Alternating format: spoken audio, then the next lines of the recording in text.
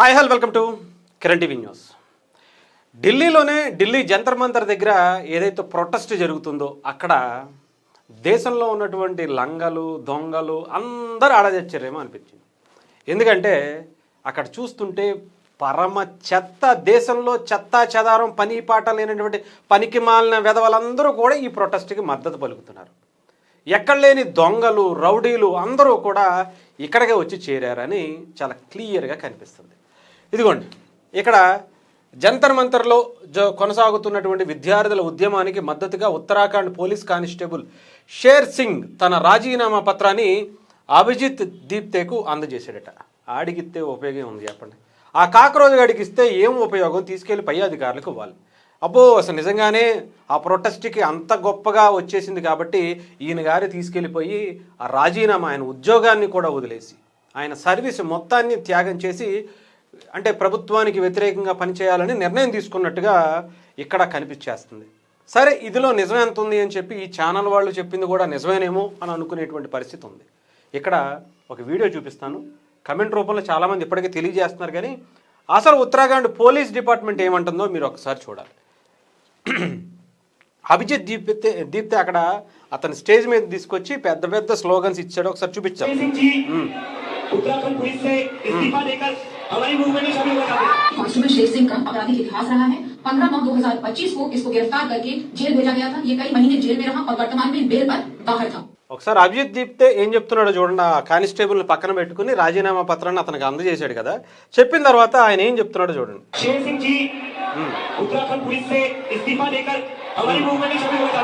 Constable Sher Singh का आपराधिक ఆయన చెప్పిన తర్వాత అసలు ఉత్తరాఖండ్ పోలీస్ డిపార్ట్మెంట్కి సంబంధించినటువంటి హెడ్ ఆవిడ కూడా ఒక స్టేట్మెంట్ ఇచ్చారు. ఇక్కడ మీరు చూసుకోవచ్చు. ఆవిడ పెద్ద దేశాన్ని ఏదో ఉద్ధరించేస్తాను అన్నట్టు ఆయన ఇద్దరు కలిసి ఆయన ఉద్యోగానికి రాజీనామా చేసి ఇక్కడికి వచ్చేసాడు.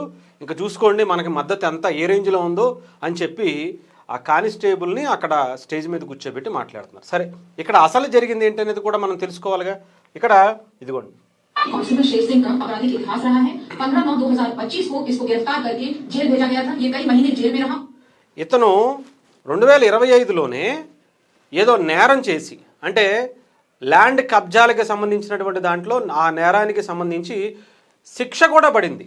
జైలుకు వెళ్ళి బెయిల్ మీద బయటకు వచ్చాడు. అతన్ని అక్కడ పోలీస్ డిపార్ట్మెంట్ ఉత్తరాఖండ్ డెహ్రాడూన్లో ఒక ల్యాండ్కి సంబంధించినటువంటి ఇష్యూలో తిన తలదూర్చటం, దాంట్లో తిన పాత్ర ఉండటం, ఇతన్ని జైలుకి పంపించటం, జైలు అంటే పోలీస్ డిపార్ట్మెంట్ కూడా ఇతన్ని సస్పెండ్ చేయటం, ఇవన్నీ కూడా జరిగిపోయాయి.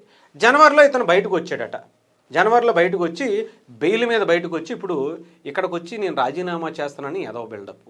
సరే, ఇక్కడ ఇది కదా, దీని గురించే నువ్వు అంత పెద్ద పెద్ద మాటలు మాట్లాడేస్తావా? అక్కడ ఉన్న అందరూ లంగాలు దొంగలు నువ్వు ఎలా చెప్తావంటే దొంగే కదా మరి ఇడు. ఇంకా లంగల గురించి కూడా చూపిస్తా. ఈ లంగలు ఎక్కడి నుంచి ఉన్నారంటే ఇదిగోండి, మీకు ఇంకొకటి కూడా చూపిస్తా. రైట్, ఇంకొక దొంగ. ఇది ఇందాక లంగ అయిపోయాడు కదా, ఇప్పుడు దొంగ. ఇక్కడ ఇంకో దొంగ కూడా చూపించాను. ఆ దొంగను కూడా ఏంటంట ఒకసారి చూడండి. ఈయనంట ఢిల్లీ పోలీస్ అట, అచ్చి పొజిషన్ పై అట. చెప్పు మళ్ళీ. तो दिल्ली पुलिस का मैं एक जवान हूँ, अच्छी पोजीशन पे। जिस दिन मुझे पता चला था प्रोसेस स्टार्ट होने वाला है, मेरी ड्यूटी लगाई थी, उसी दिन मैं मेडिकल लीव पे चला गया था. दोबारा फोन आया मेरे पास कि आपकी मेडिकल लीव खत्म हो गई है, आप दोबारा जाओ. मैं अपनी मेडिकल लीव एक्सटेंड करना चाह रहा हूँ. तो उन्होंने क्लियर मना कर दिया कि नहीं होगा. तो मैंने कल उन्होंने मुझे इतना फोर्स किया ज्वाइन करने के लिए. आज मेरा भाई खड़ा साथ में, आज सुबह मैं रिजाइन दे गया हूँ अपनी जॉब से. तो दिल्ली पुलिस का मैं एक जवान हूँ. అతను ఢిల్లీ పోలీసులో చాలా మంచి పొజిషన్లో ఉన్నాడట. ఆ పొజిషన్లో అతను సిక్ లీవ్ తీసుకుని ఇంటికి వెళ్తే అతనికి ఈ ప్రొటెస్ట్ జరుగుతున్న తర్వాత ఇక్కడికి వచ్చి సంఘీభావం తెలిసేటువంటి ఆ టైంలో వెంటనే లేదు నీ లీవ్ అంతా క్యాన్సిల్ అయిపోయింది, నువ్వు వెంటనే ఉద్యోగానికి వచ్చాయని చెప్తే లేదు నేను ఇంకా నాకు సిక్ లీవ్ కావాలి, ఎక్స్టెండ్ చేయండి, నేను ఆ ప్రొటెస్ట్కి వెళ్ళాలని చెప్పాడట. చెప్తే కుదరదు అన్నారట. అందుకని ఇతను రావాలని చెప్తే రిజైన్ చేసి వచ్చేసాడట. అతను ఉన్నత స్థాయి ఢిల్లీ పోలీసులో ఉన్నత స్థాయి ఉద్యోగానికి చెప్పి. ఆడి ముఖానికి ఆడు పోలీసులో ఉన్నాడా చెప్పండి? ఆడు గడ్డాలు వేసుకుని ఎవరన్నా ఆ స్థాయిలో పనికిమాలిన వెదల్లో ఎవరన్నా పోలీసుల్లో ఉంటారా? ఇక దీనికి సంబంధించి కూడా ఢిల్లీ పోలీసు అధికారికంగా క్లారిటీ చెప్పింది. ఇతను అసలు మా పోలీస్ డిపార్ట్మెంట్కి సంబంధించినటువంటి వ్యక్తే కాదు, అసలు అతను ఎప్పుడూ పోలీస్ డిపార్ట్మెంట్లో లేనే లేడు, మేమంతా కూడా వెరిఫై చేసి మేము చెక్ చేసి చెప్తున్నామని చెప్తున్నారు. అంటే ఇక్కడ చూడండి, పోలీసుల రూపంలో ఇంకొక రూపంలో ఎలా వస్తున్నారంటే అలా వస్తున్నారు. సరే, నీట్ ఎగ్జామ్కి సంబంధించి మాట్లాడుకున్నాం కదా, ఈ నీట్ ఎగ్జామ్లో ఎంతమంది అక్కడ నిజంగానే ఉన్నారు అనేది కూడా మీకు ఇంకొక వీడియో కూడా చూపిస్తాను. ఇక్కడ ఈ అమ్మాయి ఒక వీడియో తీసుకుంటుంది. అక్కడ వీడియో తీసేటప్పుడు వాళ్ళందరూ ఎవరైతే వీళ్ళందరూ విద్యార్థులే, నిట్టికి సంబంధించినటువంటి బాధితులే అని చెప్పేటువంటి ఈ ప్రచారం ఏదైతే ఉందో ఈ అమ్మాయి తీసినటువంటి వీడియోలో మీకు అర్థమైపోద్ది. ఒకసారి చూపిస్తాను చూడండి, ఒకసారి చూడండి. ఆర్ యు నీట్ స్టూడెంట్ అని అడుగుతుంది. కాదు, ఎస్ అంటున్నాడు. కాదు, వెతుకుతుంది. అలాగా దాదాపు నిమిషన్నర వీడియో ఇది, వెతుక్కుంటేనే వెళ్ళింది. ఇంకా చాలా పెద్ద వీడియో, 2-3 వీడియోలు ఉన్నాయి, చూసుకోవచ్చు. కాదు కాదు, మరి ఎవరు వీళ్ళందరూ? మరి వీళ్ళందరూ ఎవరు, ఎక్కడి నుంచి వచ్చారు, అసలు వీళ్ళకి ఇక్కడ ఏం పని? నిట్టికి సంబంధించినటువంటి విద్యార్థులు నిజంగానే పేపర్ లీక్ అవ్వటం అనేది చాలా దారుణమైనటువంటి విషయం, పిల్లల జీవితాలతో చెలగాటం ఆడేటువంటి విషయం. మరి అలాంటి పెద్ద విషయాన్ని దాని మీద ఇంత ప్రొటెస్ట్గా బయటకు వచ్చినప్పుడు వాళ్ళకి, అంటే ఎవరైతే కొంతమంది దాన్ని జీర్ణించుకోలేక బాధపడుతూ చనిపోయినటువంటి వ్యక్తులు ఉన్నారు, వాళ్ళ కోసం నిలబడాలి. కానీ ఇక్కడ చేసేటువంటి పనులేంటి, వీళ్ళు అసలు ఎందుకు వచ్చారు, వీళ్ళు ఏమేమి మాట్లాడుతున్నారు అనేది నేను చెప్పడం కదా, అక్కడికి వెళ్ళినటువంటి వ్యక్తులే. మీకు ఇంకొక వీడియో కూడా చూపిస్తా. ఇక్కడ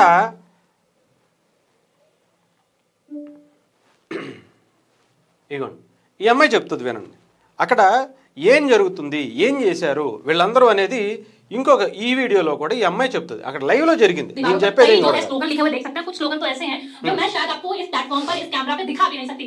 उसी बीच यहीं पर हमारी एक स्लोगन पर नजर पड़ी है जो शायद जिस पर बात करना बहुत जरूरी है. यहाँ पर आप देख सकते हैं मेरे पीछे लिखा हुआ है आजाद कश्मीर और उसके नीचे सोनम वांगचुक की. ఇక్కడ అమ్మాయి చెప్తుంది ఏంటంటే, అక్కడ ధర్నా చౌక్ ఏదైతే ఉందో అక్కడ జంతర్ మంతర్ దగ్గర ఆ వెనకాల గోడల దగ్గర అంతా కూడా చాలా విచిత్రమైనటువంటి స్లోగన్స్ రాశారు. ఏం రాశారో చదవటానికి కూడా కష్టంగా ఉంది. బట్ ఒక స్లోగన్ అయితే మీకు చదివి వినిపిస్తానని చెప్పి అక్కడ సోనం వాంగ్చూక్కి సంబంధించినటువంటి బొమ్మ ఒకటి వేశారు. బొమ్మ వేసి పైన ఏం రాశారు, ఆజాద్ కాశ్మీర్ అని రాశారు.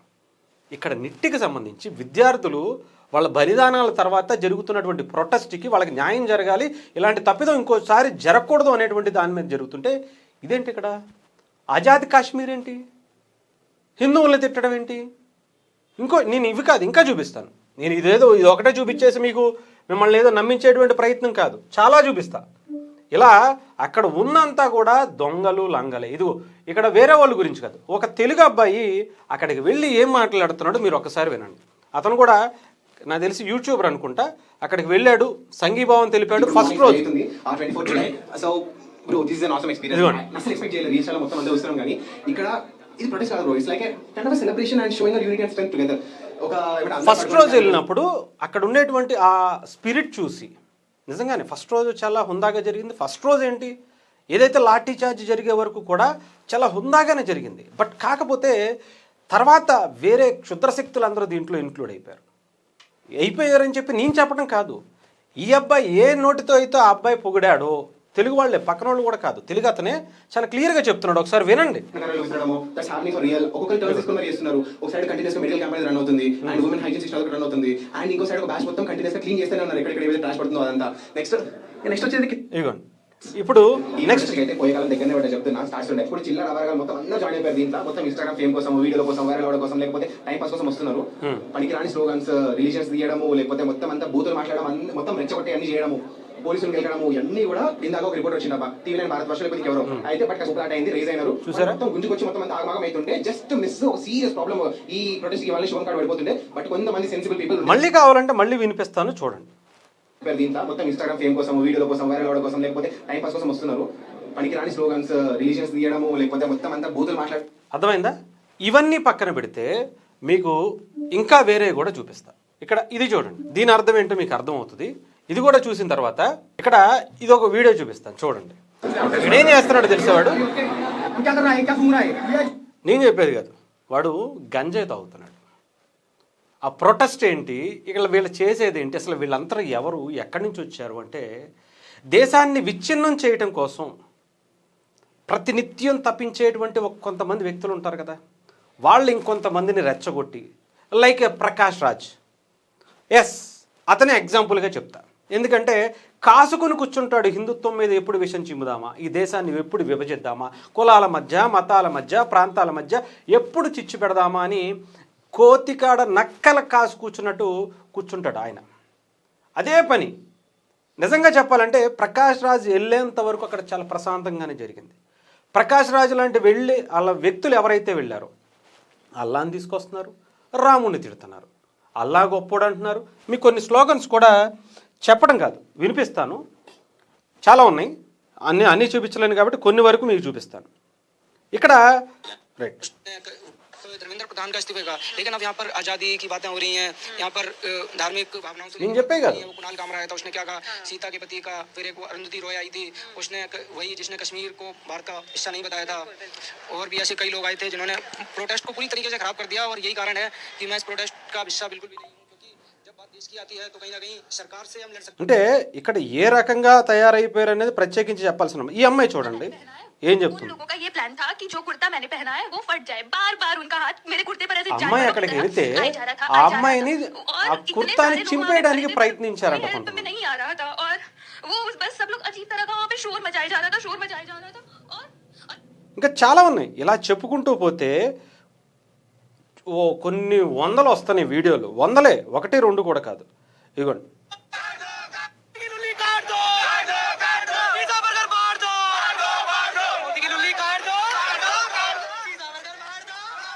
ఉమ్.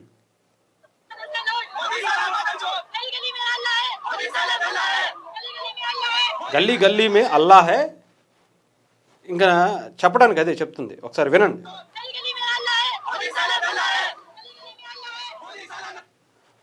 గల్లీ గల్లీ మే అల్లా హే, మోదీ సాలా, ఇంకొకటి ఏదో మాట్లాడుతున్నారు ఇలా.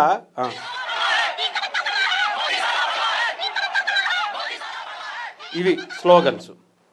వీళ్ళెవరన్నా నిజంగానే స్టూడెంట్స్ అంటే కాదు.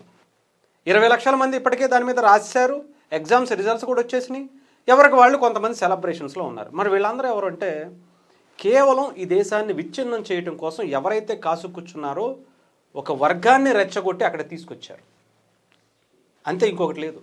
ఇది నిజమా అబద్ధమా అంటే మీరు చూస్తేనే నిజమో కాదో మీరే తెలుసుకోండి.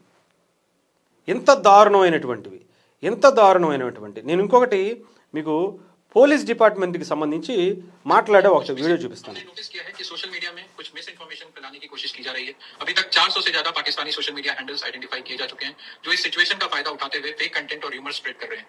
उनको ब्लॉक कराया जा रहा है। ये वही सोशल मीडिया हैंडल्स हैं जो ऑपरेशन सिंदूर के दौरान भी एक्टिव थे। उनका सिर्फ एक ही मकसद है, लोगों को भड़काना और स्पेशली स्टूडेंट्स का ध्यान भटकाना।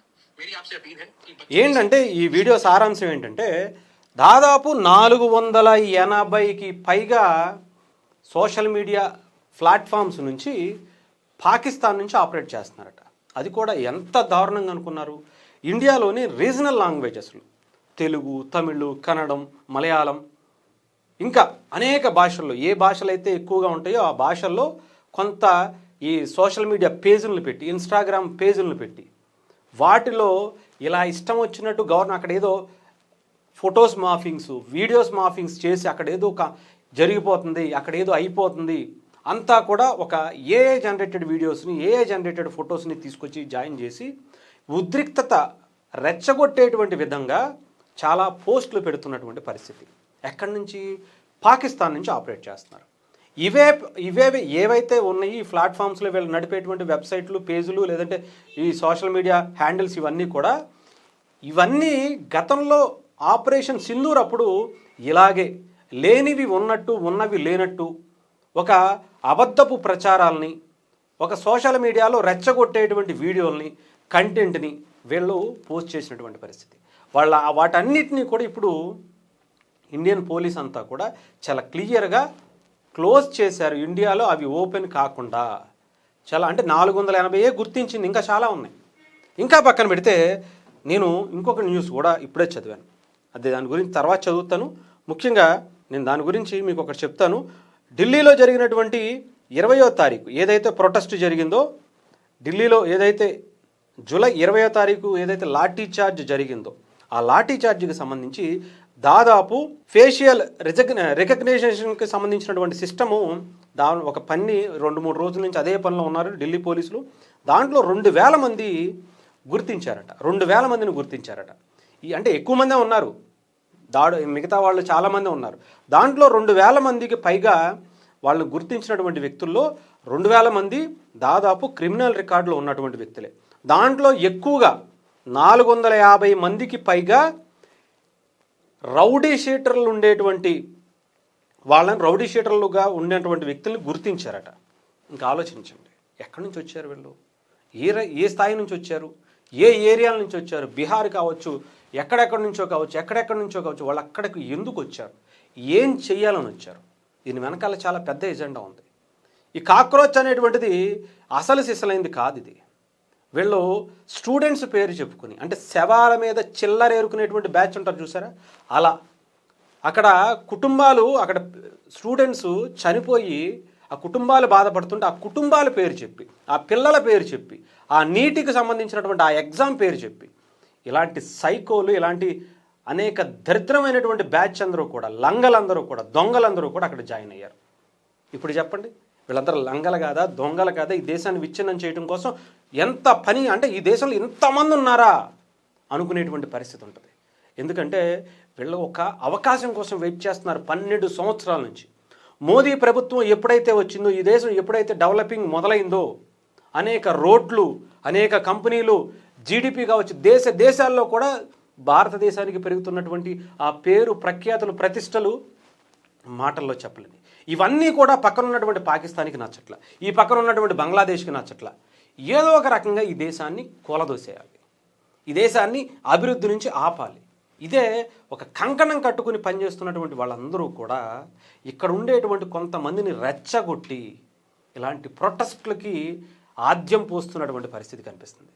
ఇంకా అక్కడ ఉన్న వాళ్ళు కొంతమంది ఉన్నారు, కానీ వాళ్ళని ఒక 20% వాళ్ళకి నిజంగా సంఘీభావం, అక్కడ మంచి జరుగుతుందని వెళ్తుంటే, వెళ్ళినటువంటి మొదటి రోజు నుంచి అర్థమైపోతుంది వాళ్ళకి ఇక్కడ ఏదో తేడా జరుగుతుంది. వీళ్ళందరూ ఎవరు కూడా నిజమైనటువంటి స్టూడెంట్స్కి సంఘీభావంగా నిజాయితీగా వచ్చిన వాళ్ళు లేరు అనేది అక్కడికి నిజాయితీగా వెళ్ళి ప్రొటెస్ట్ కోసం, ఆ కుటుంబాలకి న్యాయం చేయాలని, ఇలాంటివి మళ్ళీ పునరావృతం అవ్వకుండా ఉండాలని చేసేటువంటి దాని మీద ఎవరో కొంతమంది ఉన్నారు. వాళ్ళందరినీ కల్పరేట్ చేయడం కోసం కొన్ని ఎక్కువ, అంటే 20% ఉంటే 80% ఇక్కడ ఏదో చేయాలనేటువంటి దాని మీద వచ్చిన వాళ్ళు. అలాంటి వాళ్ళని ఐడెంటిఫై చేస్తున్నారు ఇప్పుడు ఢిల్లీ పోలీసులు డెఫినెట్గా. ఇకపోతే ఇందాకే చూసా, కొంతమంది పెద్ద లీడర్స్ కూడా ఢిల్లీకి సంబంధించి కేంద్ర మంత్రి గారు ఏదో ఒక స్టేట్మెంట్ ఇచ్చారట. ఇతర దేశాలకు నుంచి ఇక్కడికి ఈ ప్రొటెస్ట్కి లేదంటే కాక్రోచ్ పార్టీకి ఏదైతే ఫండ్స్ వస్తున్నాయని చెప్తున్నారో అలాంటి దానికి సంబంధించి ఏమీ లేదు అని చెప్పి డిక్లేర్ చేసేశారు అన్నట్టుగా ఆ వీడియోని చాలా క్లియర్గా ప్రొజెక్ట్ చేసేస్తున్నారు. ఇక్కడ ఇదంతా చూసుకుంటే మీకే అర్థమవుతుంది, దీన్ని బట్టి మీరే అర్థం చేసుకోవాలి కూడా. ఇవన్నీ పక్కన పెడితే అసలు ఈ దేశాన్ని విచ్ఛిన్నం చేయడం కోసం ఎంతమంది కాచుకు కూర్చున్నారో ప్రత్యేకించి చెప్పాల్సిన అవసరం. వాళ్ళందరూ కూడా ఇప్పుడు ఢిల్లీ వేదికగా ఈ దేశం మీద ముసుగు తీసి బయటకు వచ్చినటువంటి పరిస్థితి చాలా క్లియర్గా కనిపిస్తుంది.